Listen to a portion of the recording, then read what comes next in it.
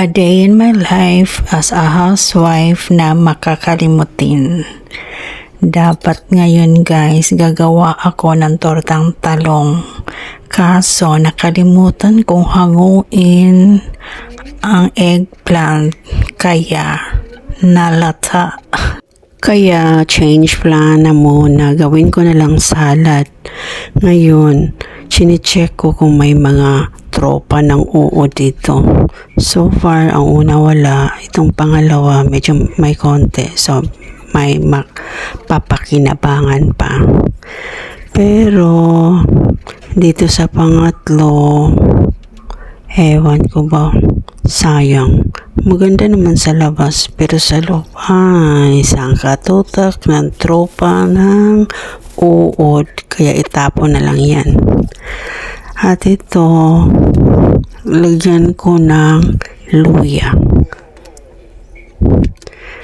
Request ni sir na ang luya ay dapat paghiwa maliit para masama daw sa pagkain.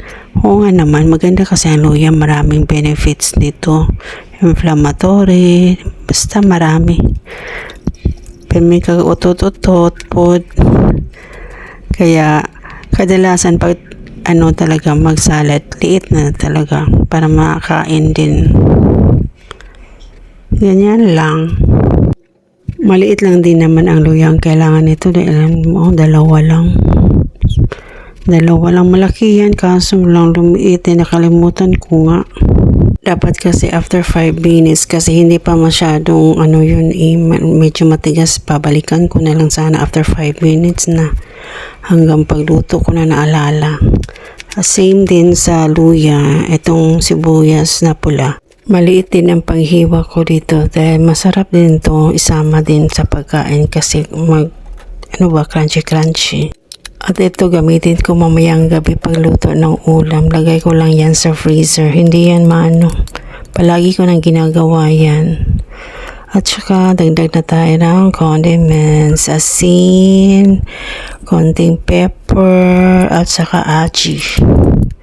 Aji konti lang para mas masarap, at saka suka.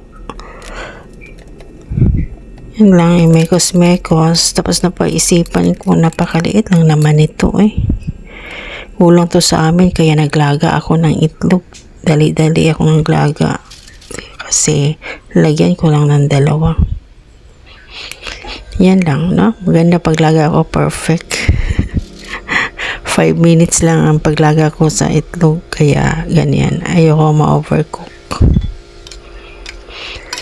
Tapos, ganyan lang, mikos-mikos, simpleng buhay, simpleng pagkain, dagdag ng kalamansi konti. May nakita akong 2 kalamansi sa ref, so nilalagyan ko na lang dahil medyo kulang din sa asim. Iba talaga ang lasa pag may kalamansi sa salad, no? Meanwhile, another Moraita and Happy Finds. Napakamura lang nito guys. Again, free shipping pa din.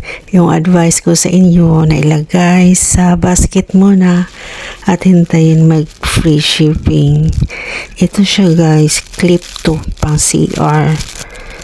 Maganda to para pang kuha ng yung mga buhok-buhok ba sa drainage niya para hindi bara. Napakatibay talaga ng product na ito. Makapal siya, mura na siya, pero hindi mo akalain ganun ka sulit. As in, cute pa siya tingnan. Tingnan nyo, meron pa siyang clip at meron din siyang pang dyan sa gilid-gilid sa tiles niyo, pang sundot. At ito ang kanyang pandikit. Maganda to kasi hindi ka na mag-grill sa iyong wall. Ito lang, pwede mo ipikit lang siya doon. Ganito siya kaganda. Cute pa. Makapal. Bili na. Bye!